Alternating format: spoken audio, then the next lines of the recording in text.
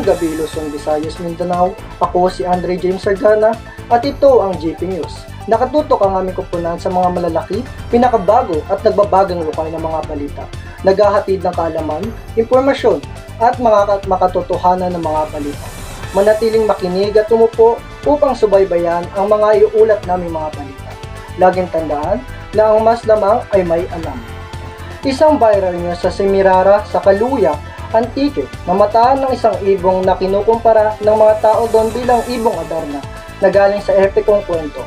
Ating tunghayan ang viral na balita na ito. Nakatutok si reporter Kenabel J. Sanico.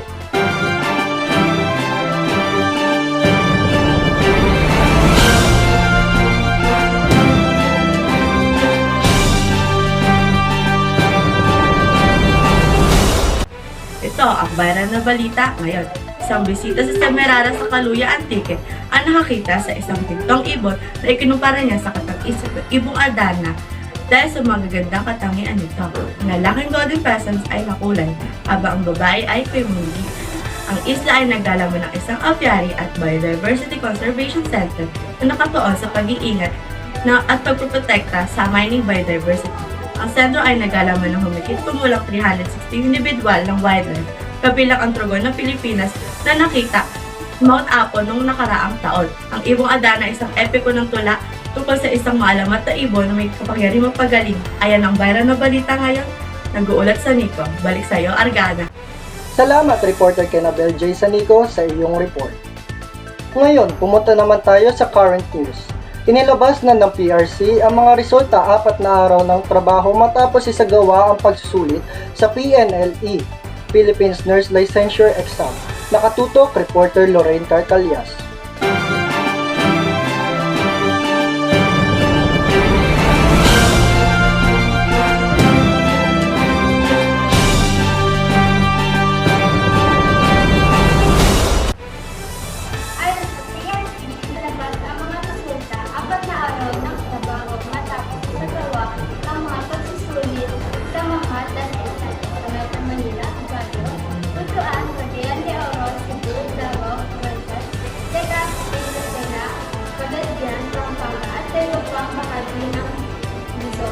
Samantala, nagtabla ang tatlong nationality.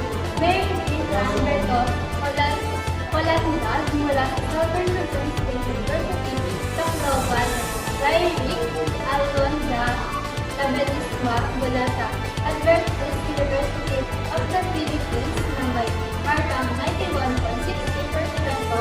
Tatlong paralan naman ang namuna sa listahan at gumaganap ng mga paranalahan ay passing rate na 100% Cavite State, Southern Luzon, Cavite State, Tuban at Universidad ng Mindanao, Davao City. Yan lamang ngayong araw. Taga-ulat, Lorraine Carcalias, Balik State.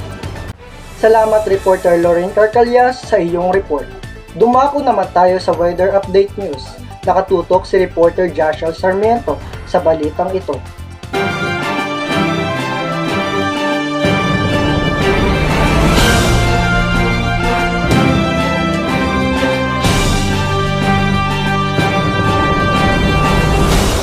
Update ng balita sa panahon ngayon, May 15, 2024. Nakakaranas ang Manila ngayon ng 34 degrees Celsius, habang sa Northern Luzon naman ay 28 degrees Celsius, at sa Visayas naman ay 31 degrees Celsius.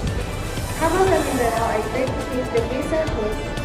Ang Pilipinas ay nakakaranas ngayon ng matinding init dahil sa El Niño phenomenon.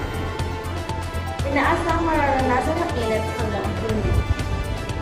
Nagdeklara ng suspension sa ilang paaralan dahil sa tingin ng init na nararanasan ngayon. Lagi tandaan na magdala ng palagi ng payong at uminom ng maraming tubig. Iyan, ayan ang update sa panahon. Muli, ako si Sarmiento, balik sa iyo, Argana. Salamat, reporter Joshua Sarmiento, sa iyong report. Sunod, ating tunghayan ng balita patungkol sa mundo ng politika. Bamban Mayor maaaring maharap sa perjury charges. Nakatutok sa reporter John Daniel Adato.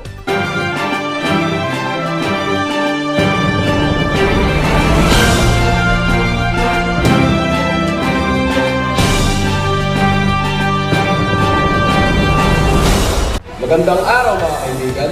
Ito ang nagbabagang issue sa mundo ng politika. Bagamat dumistansya na ito sa issue ng Commission and Election na maaaring kasuhan ng Pedro Inverted Bamban Tarlac Mayor Alice Guo kung mapapatunayan nagrepresent siya sa sarili bilang isang mamayang Pilipino nang siya ay nagsampa ng kanyang kandidatura. Pagtapos ng pananindigan sa Senado noong Lunes, sinabi ni COMELEC Chair George Garcia na may posibilidad na ilang kandidato sa 2022 election na bilang siguro nagsilito ng pekeng dokumento partikular sa tungkol sa kanyang pamamayang Pilipino, magpapahintulot sa kanyang tumakbo bilang alkalde ng munisipyo. Kung mapapatunayan ng korte na hindi siya mamayang Pilipino, maaari siyang nasangkot sa kasuhan ng perjury sa ni Garcia mga pamahayag. Ito lang ang pahayag muna sa mundo ng politiko. Muli, ako si Adato, balik sa iyo, Argana. Salamat reporter John Daniel Adato sa iyong report. Tungayan din natin ang economic news. Bangko Sentral ng Pilipinas, pananatilihin nila ang mahigpit ang monetary policy settings sa araw na ito dahil inaasahang mananatiling sticky ang inflation, sabi ni Finance Secretary Ralph Recto. Nakatutok reporter Andre James Argana.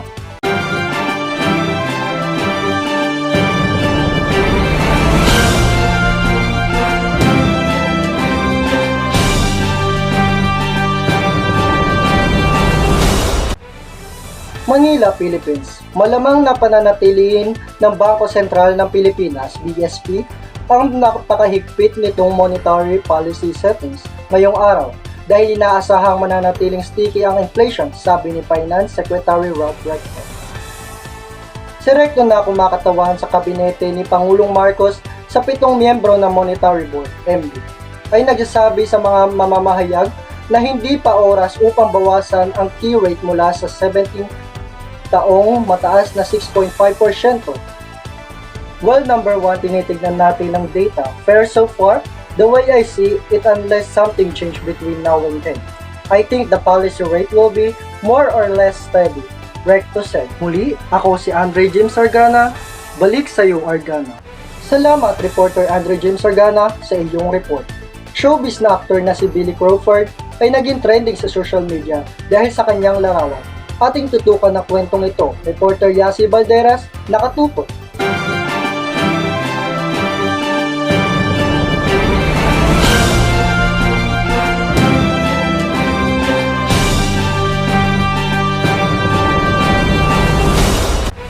Magandang araw mga kaibigan. Ngayon ay pumunta ng lipat natin ang ito mula sa Morning Show.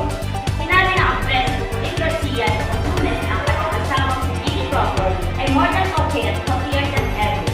Isang linggo matapos itong maging trending topic sa social media dahil sa isang larawan kung siya ay makusama ang pakiramdam.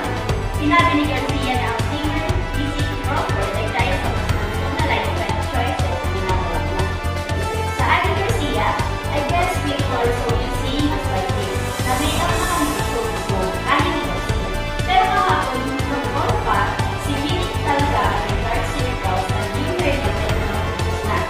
Kaya ang pagkakayak mula sa Luzon Showbiz, muli ako si Balderas, dahil sa'yo Argana. Salamat reporter Yasi Balderas sa iyong report. Sa sport news, si Rondina ay sumali na sa national team ABC Challenge Cup. Ating tungayan ng balitang ito, nakatutok reporter Ruiz Senyoron.